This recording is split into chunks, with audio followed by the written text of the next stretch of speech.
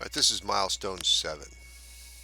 So, Milestone 7 incorporates both crystals and drop pins. And so that makes it probably the most interesting one yet.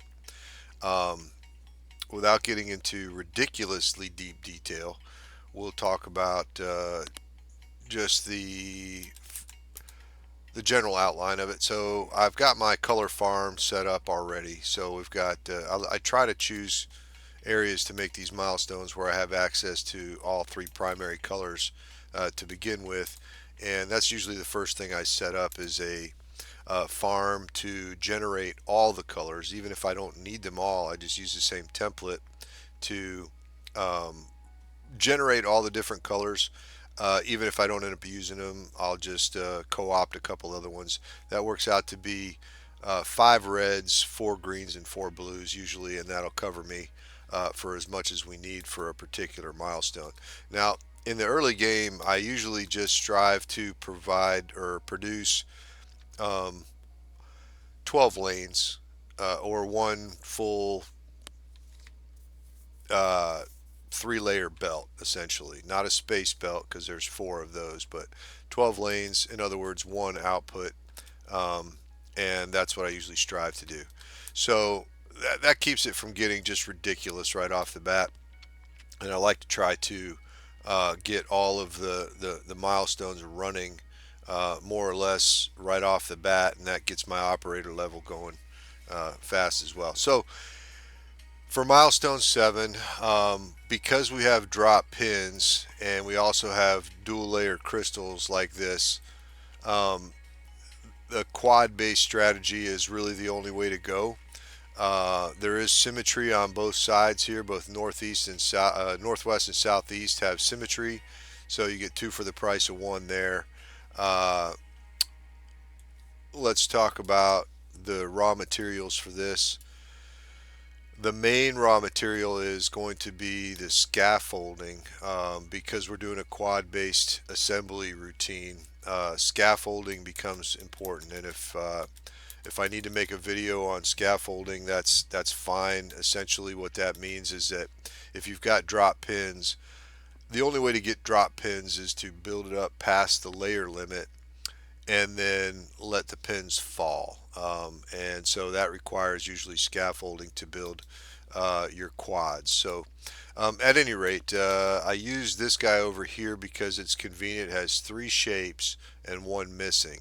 And that makes it ideal for a scaffold when doing quad-based construction because I don't have to construct this first. The quad that I care about will be in the empty space, and so I can build this up either 1, 2, 3, or 4 layers or as needed, and then either pour crystal or drop a pin into that slot to make the individual quad that I want. So I counted up how many I needed. Turns out I needed quite a bit, and I needed a 4 layer uh, quad for, let's see, for this layer right here for the southwest corner, um, because it's got a drop pin and 1 layer on the bottom, that would require a 4 layer scaffold to surround this piece and then have another sacrificial layer dropped on top that would then plop the pin down onto the bottom layer. So this assembly right here is just creating that 4 layer scaffold for later, and you can see it there. All right, so that 4 layer scaffold will be used to construct the southwest quad. These other will be used to, these are single layers here, and they will be used to pour the crystal because you can't pour crystal over a crystal like this in one step. If you pour blue and it's 2 layers, it'll fill both of them with blue. Ask me how I know. So you have to pour the blue, then build up another scaffold around it, and then pour the white on top in order to get the effect that you want. So I need lots of layers just ready to go, and I'll assemble those later. And then I also need a 2 layer scaffold because essentially once the crystal layers are poured, 1 layer and then a second layer, I've also got this dropped pin here, and this dropped pin will require me to build up a scaffold and then throw a sacrificial layer on top to drop the pin. And so that's where the two-layer scaffolds come in. So that's where all these scaffolding comes in handy. And then over here, the sacrificial layer is where I'm constructing this. And so what I've done is I've constructed a layer that is going to be for my drop pins. And notice, this is something that I didn't notice from the earlier version of the game, is that I was going to use this for the drop pins, but I found out that when you use a diagonal for a dropped pin, they don't have the same behavior as a section that is connected along its edges like this, and it won't work for a drop pin. So I had to do a little experimentation over here just to see what was going on, because I certainly thought this was going to work. So I guess you can think of it as like the glue that binds these together is not enough to keep this from being sacrificed and the pin dropping below it, as if they were two connected side by side. So um, this is what I wound up with in order to make it work. And so essentially I'm just collecting these, rearranging them with a little deal to put them together, and then pin pushing them one layer here. And so with that, I wind up with a single pin pushed layer um, that is side by side to work for the sacrificial pin pushing. All right. So anyway, those are the raw materials that I have inbound. There is more, which my W shapes there. I call them concaves. I don't know what the W stands for. I've never asked, and I just don't really care. Um, but those are what I call the concaves, even though they're listed with a W. Anyway, that's where I'm getting these, and of course they go into the northeast position, because everything when doing quad based is just a convention of mine. When I'm doing quad based construction, everything is constructed in the northeast quadrant, and then with my combiner at the end, my quad combiner. This is left over from the old game. Glad I didn't have to make this again. Thank you very much, development team, for not making me have to create this insanely ridiculous complex manifold once again. But this is where my quad-based construction happens, and it's oriented with northeast, northwest, southwest, southeast in the inputs here, but all of the inputs are on the northeast quadrant. In other words, you can kind of see what's going on here is that every shape that's inbound is actually in the northeast quadrant, and that simplifies my construction techniques, and then they get swapped in the swappers here with the proper reorientation until they finally come out in the right shape. And so this quad-based constructor here is essential for doing quad-based construction for the milestones. For the make anything machines, I don't bother with a full belt. I just do it a single layer at a time, because that's plenty for a make anything machine. You're not working on volume. You're just trying to make sure that things are generic, or I don't know, compatibility. At any rate, claim that real quick. I've got my color farm here, and then the shapes are coming in. I've got just train routes developing or delivering the shapes that I need to the different places. This is delivering um, a empty quadrant. I'm sorry, an empty scaffold of just one layer, and that gets over here. Now this business here, although it looks crazy, crystallizers take a lot of resources, and so I really was unable to make a three-level crystallizer that is contained into one unit. If anybody has managed to do that, then you're a hero. But this is uh, a a single layer crystallizer that maintains efficiency. In other words, it's got everything it needs for the ratios to be correct. It has two layers of paint coming in because of the requirements for the different things. Each lane is dedicated 6 different crystallizers. And then what I've done here is basically split a space belt into its 3 layers.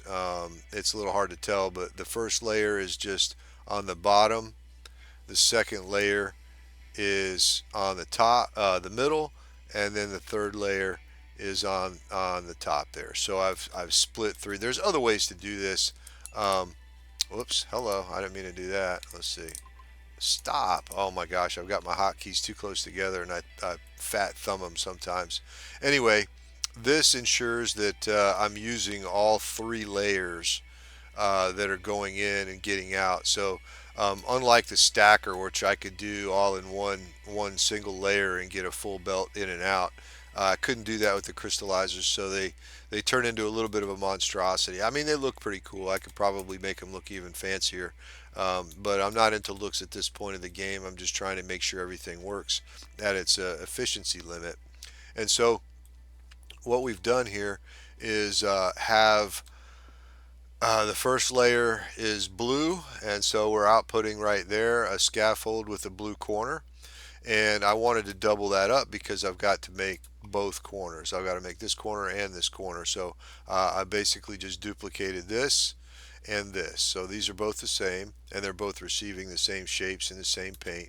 And then they go into a stacker where I add another layer of scaffolding, and that comes out with, I try to keep it here so you can see it. Oh, that was horrible. I just got some interference here, but there you go. You can kind of see it there. Disappears. I hate that. Anyway, we've got our second uh, scaffold ready to be poured again. Just rinse and repeat with these two. I've got my white paint coming over here to pour into these, and then that will output this shape right here. And so once we get to this point, I've almost got those shapes built. We've just got to drop a pin on top. And so in order to drop a pin on top of that, what we have to do is build up another two layers to reach the layer limit. This is 2 layers tall right here, and then we've got to add another 2 layers to that for both, obviously, because I've got two of these going for both corners. Once we do that, then we're going to wind up with the this layer right here. It's a little hard to see, but I can't really get too much closer unless I super zoom in. Maybe I can right here. It's hard to tell, but essentially that is the cakes ready to go.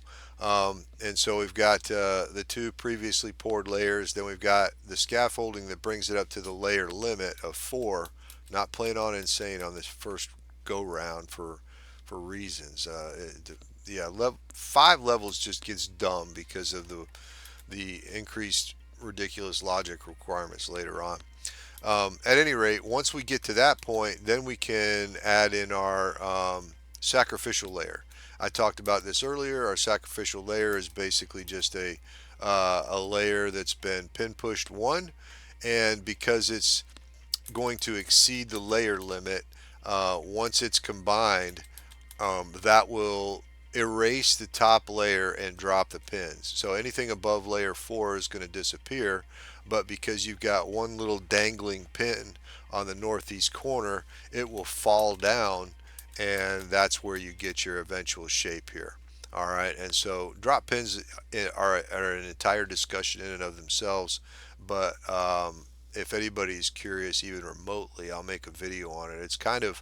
It's pretty deep, really. The developers were insanely sadistic when they decided how these pins were going to work, because it's there's a lot of little rules and algorithms that make it devilishly complex um, to come up with algorithms that take care of these pins, especially with the make anything machines.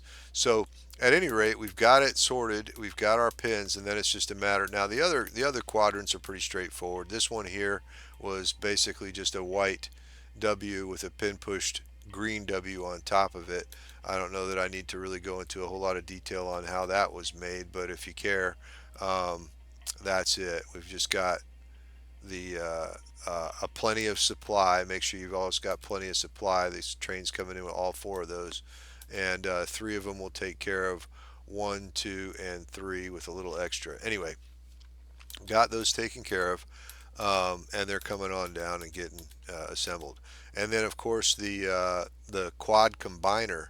Understand that the quad combiner, if you get to the point where you're trying to do crystals, um, crystals are funny because they will break if you try to cut them. However, if you swap them along lines where they were created, they stay intact. And so that's kind of a workaround to make crystals that have unusual shapes and orientations. Um, I don't think I covered that in a previous video, but if anybody's curious, we can go. The bottom line is don't don't use cutters anywhere where you're trying to make a quad based design. Only use swappers. Now, I'm going to turn this around so it's north facing. All of these swapper units are essentially identical, but they all have different inputs coming in. And so if you look closely, you'll see that it's a combination of swappers, rotators, and trash in order to get this to work out right. And what we're doing here is we're shelling the husks. We're getting rid of the um, scaffolding and only leaving the remaining corners of your shape. And so we've got the way these come in. I think I mentioned it before, but I'll say it: northeast, northwest, southwest, southeast, just going around the circle essentially for a shape. And they come in. You can see all four of them here with their scaffolding. Now this one doesn't have a scaffold because it wasn't required for that particular shape. But once they come in, then they get put in their final positions, and and then straightened out, all right, and then assembled. And so I'm looking at this right now and going, man, how did I ever figure that shit out? But I did. And so essentially, what you're doing is it doesn't tend to break things when you swap them. If you look closely, you can kind of see what's going on here. These first swappers, so it comes in there and it swaps them out, and then it's going to basically chuck the scaffolding, all right, because it's only keeping the east side in this case. And so then it winds up with this, and then we'll have to repeat the process as it goes over here. We'll rotate it again, and then there's going to be another swapper involved. It's a little hard to see down there, but there you go, and there's where your final shape is going to be made. All right, well, you're going to get rid of another piece of scaffolding, and then it's got one more swapper to go to, I guess. But at any rate, it works. If you're interested in blueprints, let me know. But I think you could probably dope this out on your own. That's part of the fun of the game, is to figure this stuff out. So I'm not really necessarily encouraging people to copy my designs, because why even bother if you're just going to do that? The fun of the game is trying to figure out how this stuff works in a vacuum or on your own. I think more people should take that into account when they're playing puzzle type video games in general, is to see if you can sort it out on your own. I mean, if you get stuck, sure, go online and see how other people have sorted it out. But I don't know, it makes me kind of feel bad when I see somebody else figure out an obvious solution to a problem that I struggle with. But I guess that's life. I'm not the smartest guy out there, but I enjoy this game a lot, and I try to not